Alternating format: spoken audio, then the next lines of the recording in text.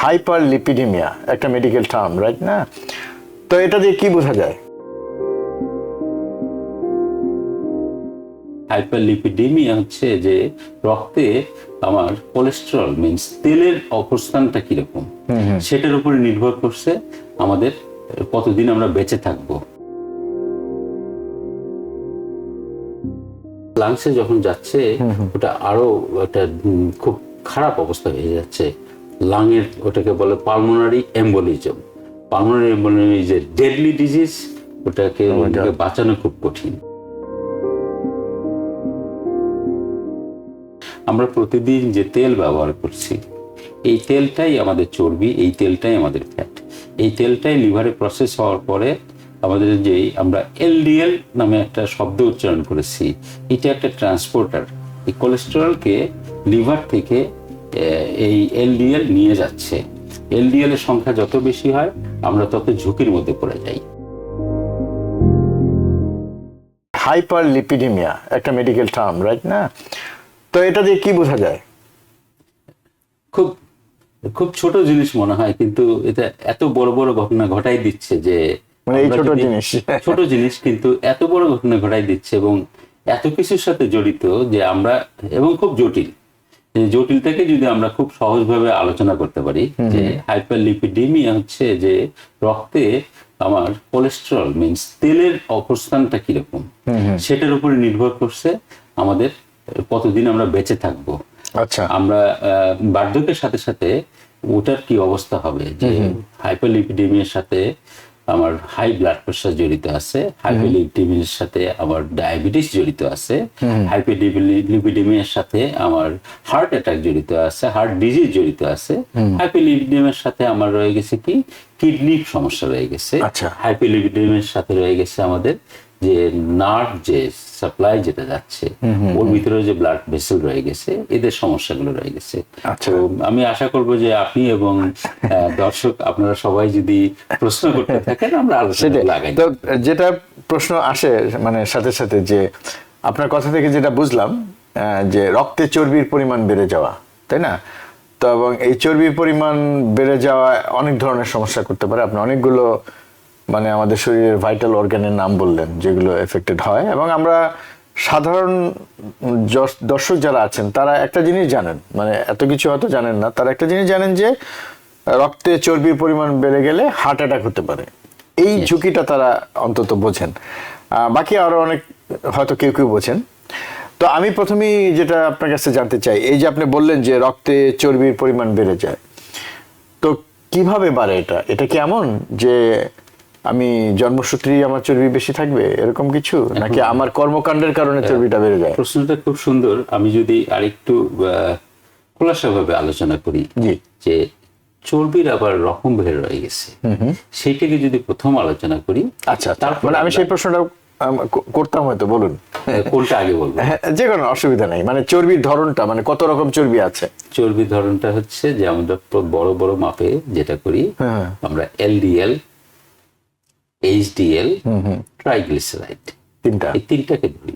তার মধ্যে এলডিএলটাকে আমরা সব সময় কমায় রাখার চেষ্টা করি বিভিন্ন ডিজিজের সাথে বিভিন্ন নাম্বারে, বাট আমরা বড় মাপে বলতে পারি যে 100 নিচে আমরা রাখার চেষ্টা করি সবসময়। আচ্ছা, সো এখন প্রশ্ন আসে যে এলডিএলটা কেন কমায় রাখতে চাই? আমরা না কমালে অসুবিধে কি? এলডিএল এটা হচ্ছে একটা ট্রান্সপোর্টার, এটা একটা গাড়ির মতো। ওর লিভার থেকে চর্বি নিয়ে গিয়ে আমাদের সেলে নিয়ে যাচ্ছে, ব্লাড ভেসেলে নিয়ে যাচ্ছে। কেন নিয়ে যায়?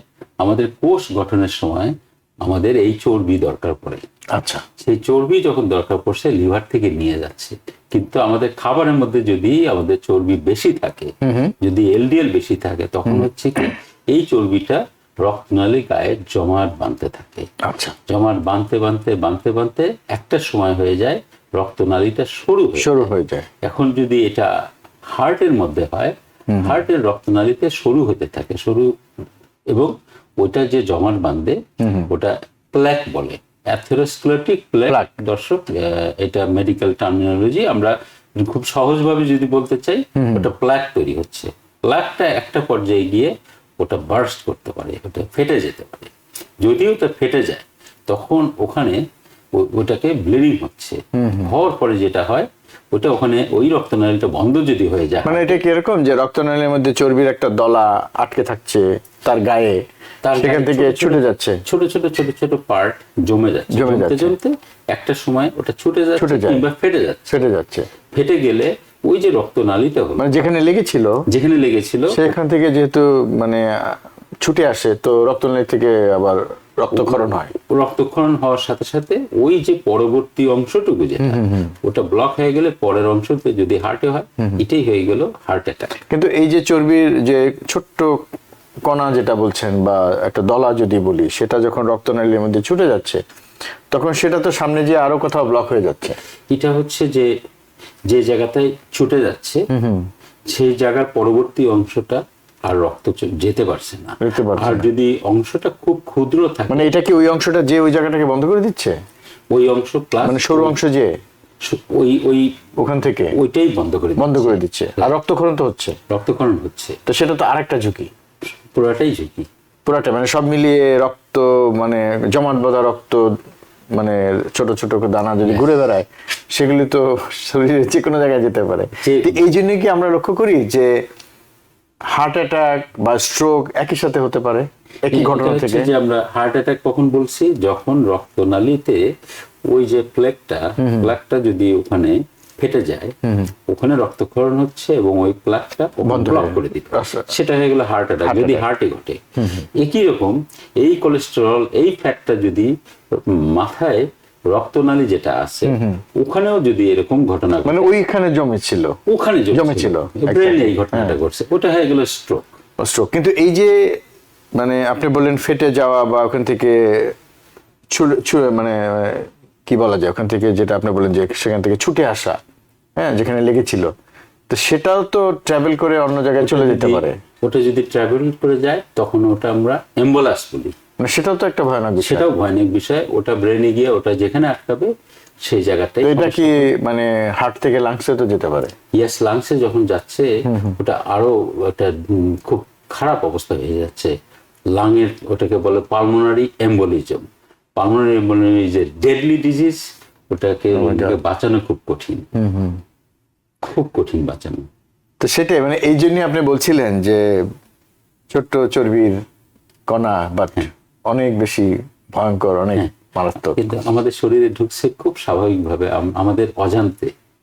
আমরা যে খাবারগুলো খাচ্ছি, যে খাবারে আমার ফ্যাট যাচ্ছে, চর্বি যাচ্ছে, এখন এই চর্বিটা যদি আমরা বন্ধ করতে পারি, যে সোর্সটা আমাদের যদি ধরতে পারি, আমাদের সোর্সটা কি দর্শক? আমাদের সোর্সটা হচ্ছে আমরা প্রতিদিন যে তেল ব্যবহার করছি, এই তেলটাই আমাদের চর্বি, এই তেলটাই আমাদের ফ্যাট।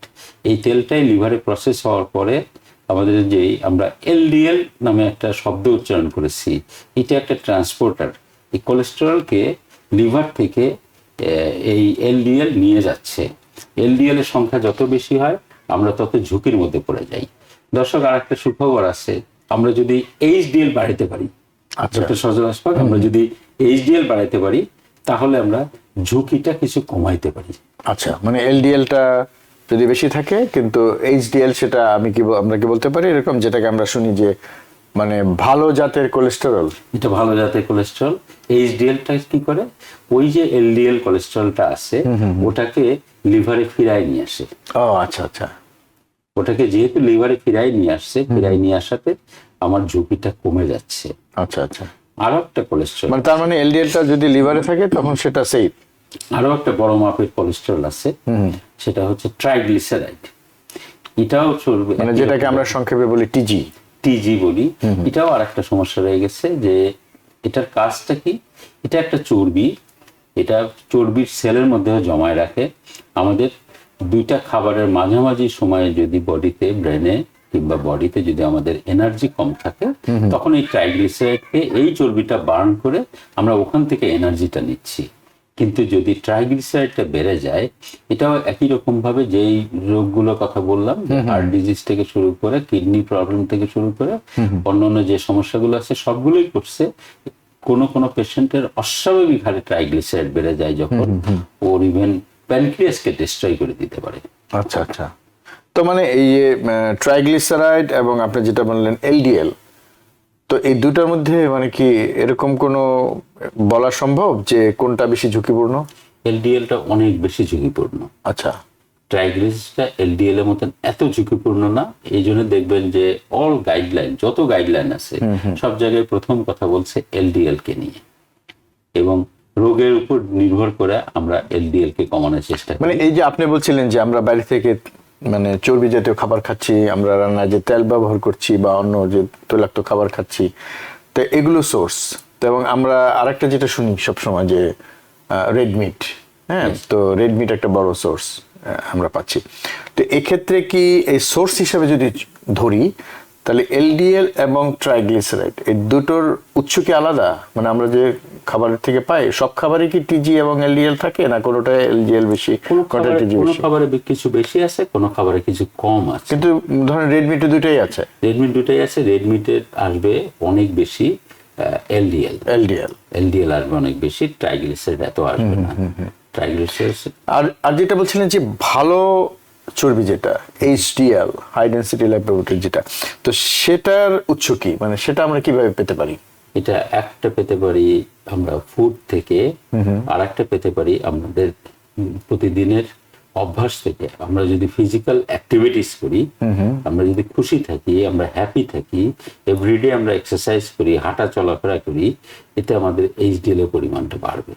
আচ্ছা, কিন্তু শরীর কি এগুলোকে তৈরি করে, এলডিএল, টিজি বা এলডিএল? পুরো জিনিসটাই ফ্যাট থেকেই শরীরের এটা একটা কমপ্লেক্স প্রসেস। আচ্ছা, আচ্ছা। প্রসেসটার ভিতরে অনেকগুলো স্টেপ রয়ে গেছে, যে স্টেপগুলোর একটা একটা পর্যায়ে এই অবস্থানগুলো তৈরি হয়। যে স্ট্রাকচারের উপর নির্ভর করে এই নামগুলো আসছে। কিন্তু সোর্স কিন্তু ফ্যাট। এই ফ্যাটের সোর্স থেকেই বিভিন্ন রকমের চর্বি তৈরি হচ্ছে। তা আমরা দেখবো যে মানে শুধু এইচডিএলটা আসছে অন্য সোর্স থেকে, সরাসরি চর্বি না। এটাও ফ্যাট জাতীয় জিনিস, গুড ফ্যাট বলি। গুড ফ্যাট, যেমন ওমেগা আছে, যেমন আমরা নাটের কথা শুনি। ইয়েস, নাট, ওমেগা, এগুলো সব গুড ফ্যাট। কেউ এক্সারসাইজ করছে, কেউ ডেইলি অ্যাক্টিভিটিস করছে, যার স্ট্রেস কম আছে, যে মানুষটা হ্যাপি থাকে, তার এইচডিএল বাড়বে। কেন আমরা বাড়াতে চাই? এইচডিএল এর একটা নাম্বার বলি আমরা, 60-র উপরে ইজ ভেরি গুড। ও, তো মানে এটা যত বেশি থাকবে তত ভালো। কারণ হচ্ছে এটা হার্ট থেকে, কিডনি থেকে, ব্লাড ভেসেল থেকে ওরা কি করছে, এলডিএলটাকে সরাই নিয়ে লিভারে নিয়ে আসছে, ওখান থেকে ক্লিন করার চেষ্টা করে, এলডিএলটাকে বের করে দিতে চায়। আচ্ছা, আপনি শুরুতে একটা কথা বলছিলেন যে এরা আমাদের শরীরে যে বিভিন্ন কোষ, সেগুলো বা সেল গঠনে তারা ভূমিকা রাখে, বা এগুলোর দরকার, এগুলো ছাড়া কোষ তৈরি হবে না। তার মানে তো এগুলো দরকার আছে শরীরে। এগুলো অবশ্যই দরকার আছে, কিন্তু তারপর আমরা আরেকটা যেটা জানি, আমি যদি আপনাকে একটু ধরিয়ে দিই, যে কোলেস্টেরল অনেক হরমোন তৈরিতে হেল্প করে, তাই না? তার মানে যে বিষয়টা অনেকের হয়তো একটা ধারণা আছে, কারণ প্রচারটা তো কম না, মানে চর্বির এগেনস্টে বা এর বিরুদ্ধে প্রচারও কিন্তু আছে ভালোই। মানে আমরা সবসময় বলি যে এটা অ্যাভয়েড করবেন, চর্বি খাবেন না, এটা আসলে তাদেরকেই বলা হয় যাদের চর্বির সমস্যা আছে, তাই না? কিন্তু তার মানে এই না যে শরীরে চর্বি দরকার নেই। এটা দেখেন, আমরা যদি অন্যভাবে বলি, আমার আগুন দরকার ঠান্ডার মধ্যে গরম করার জন্য, কিন্তু এটা যদি দাবানা অগ্নিকাণ্ড হয়, এটা যদি লস অ্যাঞ্জেলেসে ঘটনা ঘটে, তাহলে সর্বনাশ হয়ে গেল। মানে আগুন থাকতে হবে বাসায়, কন্ট্রোল করতে হবে। সেটাই, কারণ এটা দিয়ে তো সবকিছু পুড়িয়ে দেওয়া যাবে না। সেটি কোলেস্টেরল বা চর্বি শরীরের জন্য খুবই দরকারি, কিন্তু আমাদের অনেকগুলো হরমোন আছে যেগুলো তৈরি হচ্ছে এই চর্বি থেকে। আমার শরীরের বিলিয়ন সেল রয়ে গেছে, যে সেলের ওয়াল তৈরির সময় এই কোলেস্ট্রল দরকার পড়ছে। কিন্তু দরকারের সাথে সাথে আমাদের দৈনন্দিন যে অভ্যাস, আমরা যদি চর্বিযুক্ত খাবার খাই, যেটাকে বলে saturated fat, that is very bad, saturated fat. আচ্ছা আচ্ছা, তো আরেকটা জিনিস আমার মনে হয় যে দর্শকদের উদ্দেশ্যে যদি একটু বলেন, যে আপনি বলছিলেন একটু যে এই এলডিএল, এইচডিএল, টিজি এবং যদি টোটাল কোলেস্টেরল, এগুলোর স্বাভাবিক মাত্রাটা কত? এখন আমরা প্রথমেই ধরে নেই যে এলডিএলটা আমরা সব থেকে ভালো হয় যদি আমরা 100 নিচে রাখতে পারি। কিছু পরিবর্তন আছে, তাহলে বুঝবো যে মোটামুটি পরিবর্তন আছে। ডায়াবেটিক পেশেন্ট হলে আমরা চাবো 70-এর নিচে রাখতে। আচ্ছা, আরো নিচে রাখতে চাবো, কারণ ওর নিজে বয়সের কোনো বিষয় আছে কি? যে বয়সের বিষয় নাই, যে মানে বয়স কম বলে একটু বেশি থাকলে সমস্যা নেই। আমরা চেষ্টা করবো সবসময় 130-এর নিচে রাখতে। যদি 160-এর উপরে হয়ে যায় তখন আমরা হাই রিস্কের মধ্যে চলে গেলাম। আচ্ছা। তাকে আমাদের ট্রিটমেন্ট এটা এলডিএলটা নিয়ে চেষ্টা করি সব থেকে বেশি। তারপরে টিজি ট্রাইগ্লিসারাইড আমরা চেষ্টা করি 150-এর নিচে সব থেকে ভালো রাখতে পারলে। এখন 200-র নিচে হলে আমরা বলি যে এটা ভালো না বা ডেঞ্জার পার হয় নাই। 200-র উপরে পার হয়ে গেলে ডেঞ্জারে চলে গেল। আচ্ছা, আর আরেকটা যেটা বললেন যে এইচডিএলটা আমরা চেষ্টা করি 60-এর উপরে রাখতে। ছেলেদের জন্য 40-এর উপরে গুড, মেয়েদের জন্য 50-এর উপরে গুড, বাট 60-এর নিচে রাখার চেষ্টা করি। টোটাল কোলেস্টেরল আমরা এতগুলোর পিছনে যদি যাই তাহলে দর্শক খই হারাই ফেলবে। আমরা সব থেকে চেষ্টা করি যে সহজভাবে আলোচনা, মানে এই তিনটাই ইম্পর্টেন্ট আছে, ভেরি ইম্পর্টেন্ট। নিউ ইয়র্ক থেকে সম্প্রচারিত TVN 24 টেলিভিশন, বিশ্বজুড়ে বাঙালির কণ্ঠস্বর।